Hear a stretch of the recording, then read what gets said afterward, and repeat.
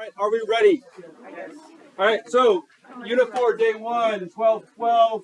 Guys, if you don't realize this, just so you are all aware, we only have like 6-7 classes left together.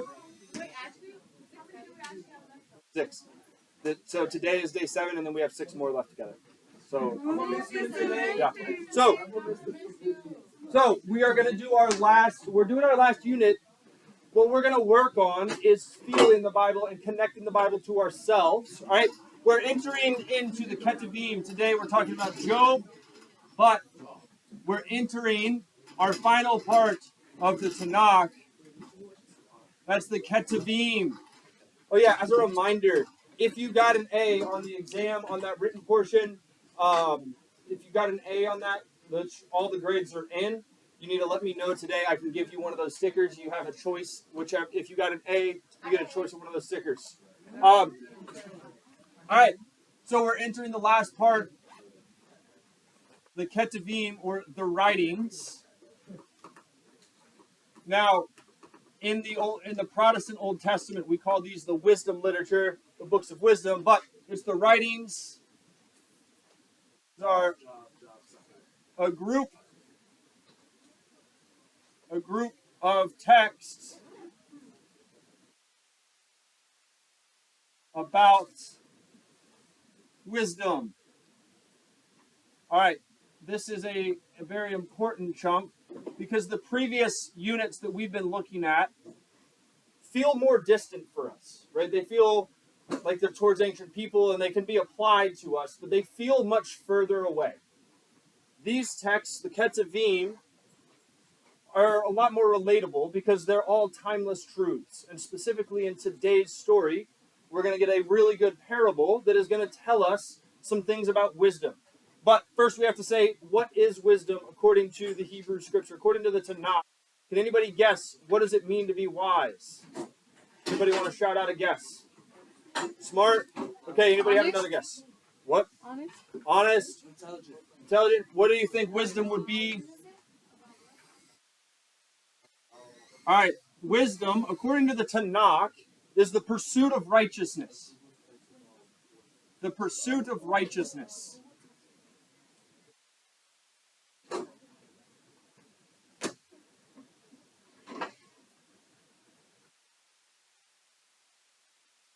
If it was purely about being a smart person, I would be considered the wisest of all, right? Just kidding.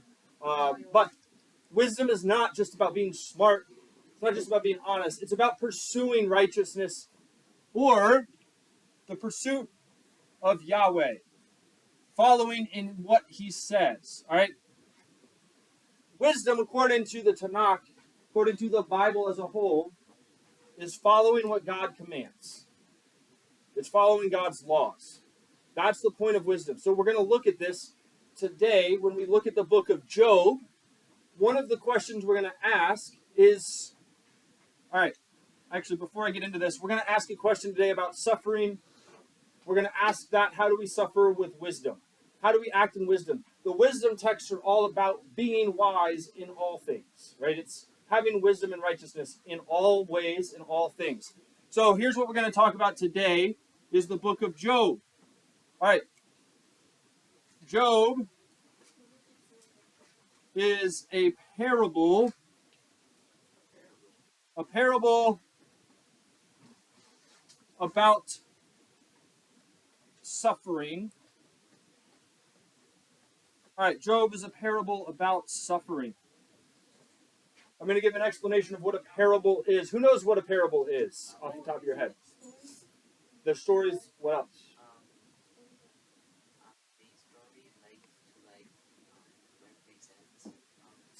Yeah, parables, all right, Jesus uses these a lot. These are parables. I have a really snappy definition that I used earlier. Yeah, like it's good. I came up with this. All right.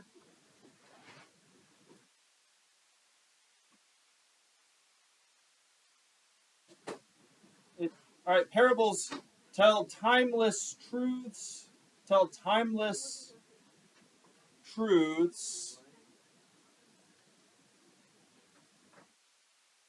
in specific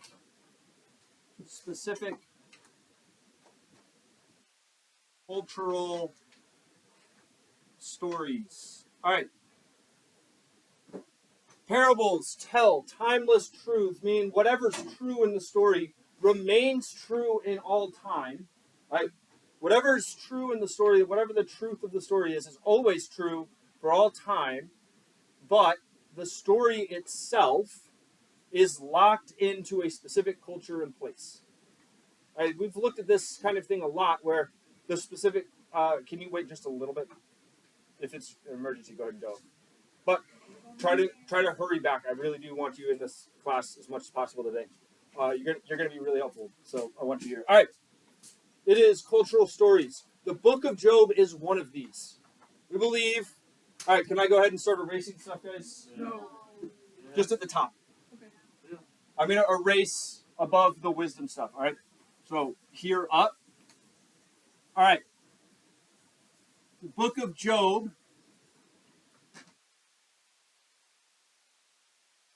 And what's happening with this marker?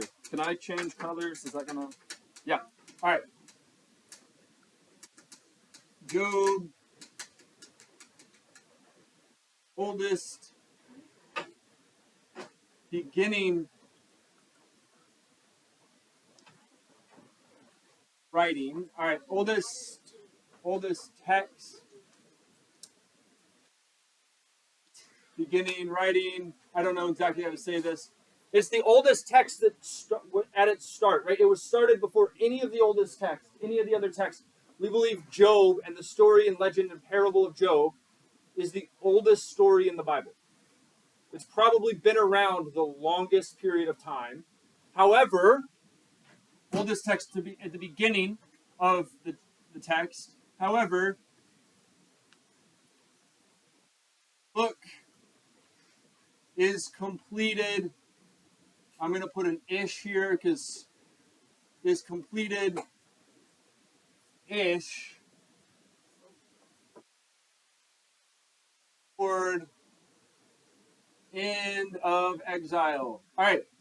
The book of Job, even though it's been around for a long time, several hundred years at the point of the Babylonian exile, at least several hundred years, it was finished and completed mostly. There were some additions to it later. I'm not going to get into that, but there were some additions to this parable at the end of the exile. But this is when it was mostly completed. And it's meant as a metaphor for the exile, right? It's a parable and it's a metaphor for the exile, where we start. Do you guys remember with the minor prophets? You guys did so good with your research papers last class. Starts in a courtroom. You guys remember last class when you guys were writing those papers, so many of you with the minor prophets pointed out God is the judge and Israel is being accused of something, right? We remember that? Those of you that talk about this, Israel is being accused. The prophets are acting as the accusers in this story, right? In those stories, the prophets are the people standing up and saying, look, you are guilty before the judge, before God.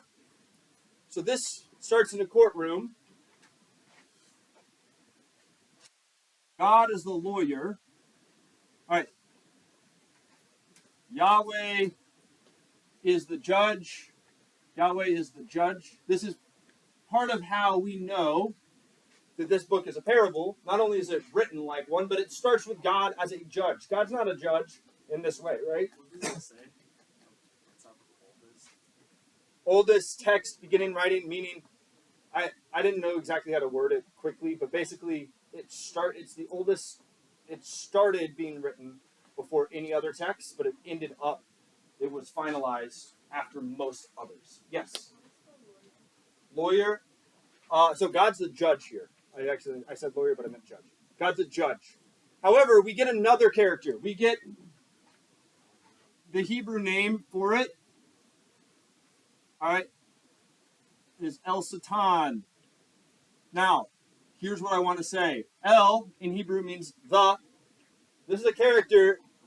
Who knows what a prosecuting attorney is? All right, a prosecuting attorney. Let's say that somebody has a charge against me, right? let's say for this example, let's say Alicia, what am I being charged? You have a charge against me. You want to take me before a judge to get me convicted of a crime. What is the charge that you're finding me guilty of? That you want to prove that I'm guilty of? Give me an example of a crime that you believe that I've committed and you're trying to find me guilty of. Stealing. All right, so she's the prosecuting attorney. She's finding me guilty of stealing. And in other words, she's the literal Christian devil. Got him. All right, so this El Satan means the accuser. Is that really Or how you say, say it? what? Is that really how you say it? Yeah, it is a title. All right, it's a title. It's a job.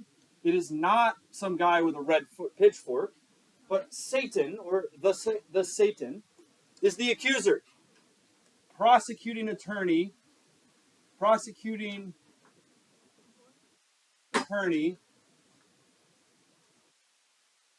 doing his job. Doing his job. His job is to find people guilty in a court of law. To prove to the judge these people are guilty. So that is what happens in our book. It opens up in this courtroom drama. And then what we're going to get, we get a courtroom drama starts. We end up with Job experiences suffering. Job suffers in parallel to exile. All right, he suffers in parallel to the exile. What I mean by this, if you're taking good notes, what I mean by suffers in parallel to the exile is that he loses his family, his children die, he loses his riches and his wealth, and he loses his cattle, he loses everything, and eventually what happens is he even gets boils all over his skin. Now, if you don't know what boils are, they're nasty giant blisters they're oozing pus, they itch, they hurt, and this character develops these, right? And it parallels the loss and the physical pain that the exiles experienced. So the point of this is showing Job is suffering this way as well. Now, we have a misunderstanding we need to make sure we get at. Job is not about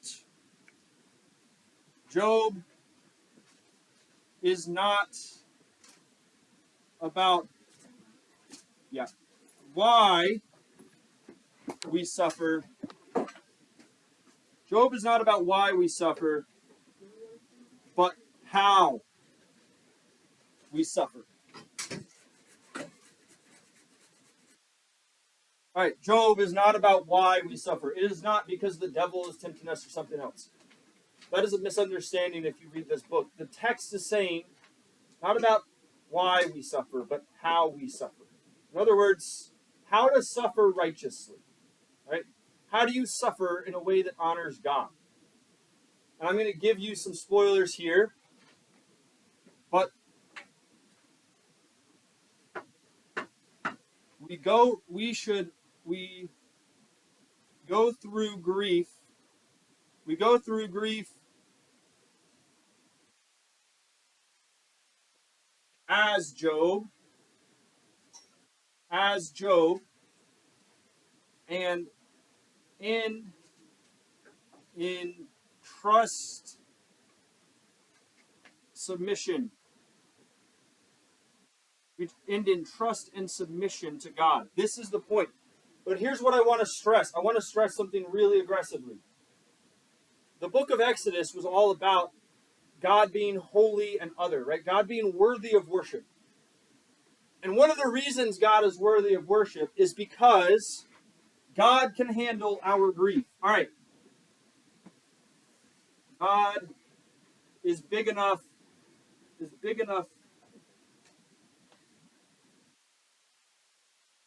for our pain.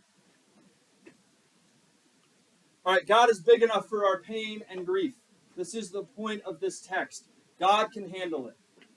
We should feel our feelings. I want you guys to understand this. When we read Job today, as you read chunks and as we talk about these things, we are supposed to cry out to God righteously, right? He doesn't turn towards God or curse God or anything else. But what he does do is say, God, why? I am suffering. This is terrible. That's biblical. Because as we get into our parable, here's our last couple things. All right.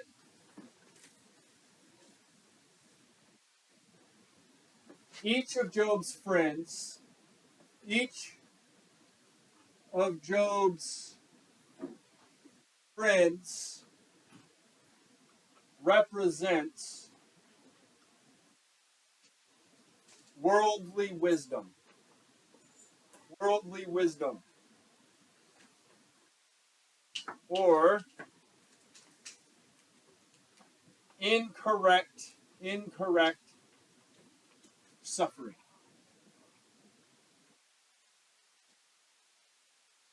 These guys are bad sufferers. We're going to see this today as we go through this. They are bad at suffering. They are not doing it right. And you guys are going to see some of these pop up, and you're going to go, I know somebody at church that tells me to suffer like that.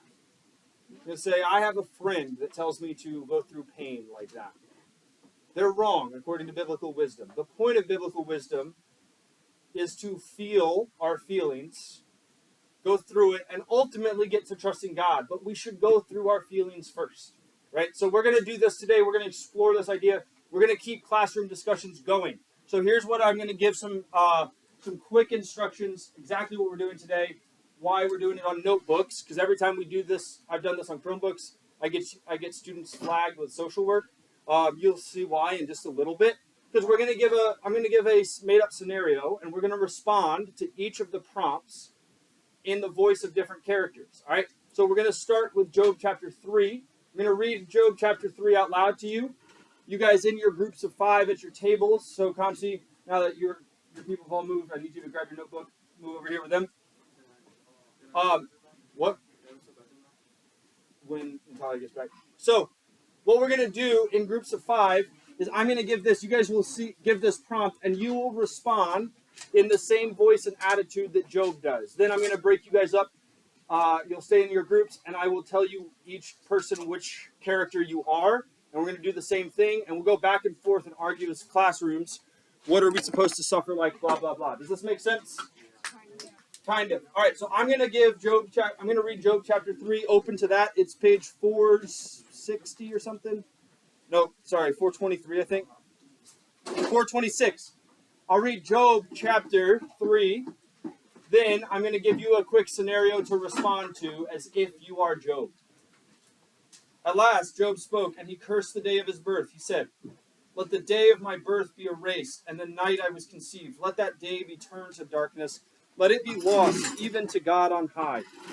And let no light shine on it. Let the darkness and utter gloom claim that day for its own.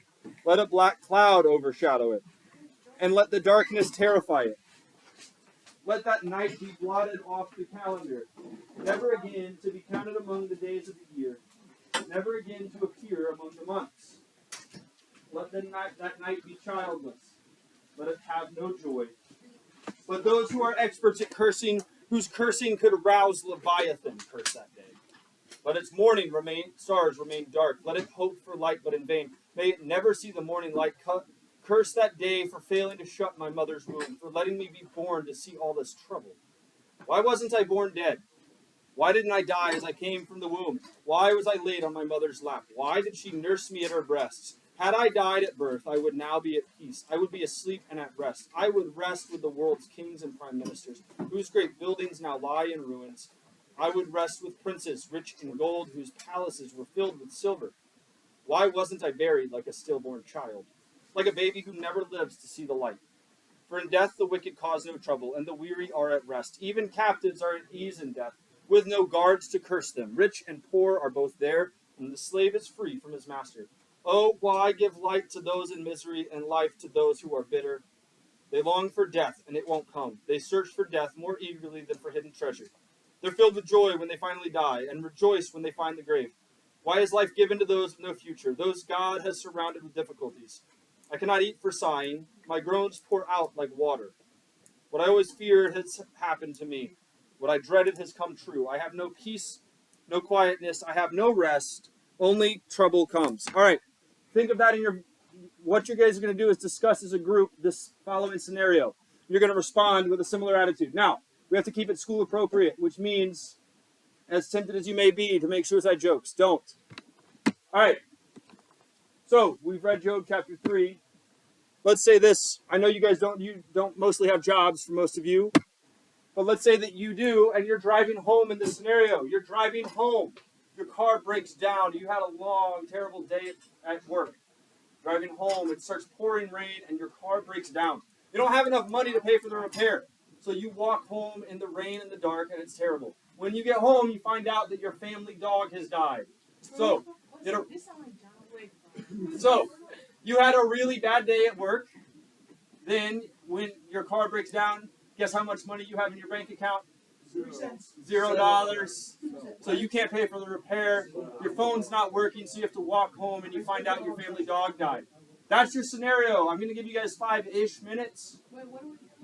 You're just going to, as a group, respond to this scenario. Write a response to this scenario like Job does. All right, that's all you're going to do. Then we're going to come back. We're going to talk through it. What? No suicide jokes, please. Yeah. Bathroom? When he gets back. All right. No, notebooks only. In your notebooks, this is vibes-based grading. If I think you did it, you did it. Do your work. Work as a group. I just need 1 or 2 prompts. We're going to discuss them class-wide. So be prepared to read it.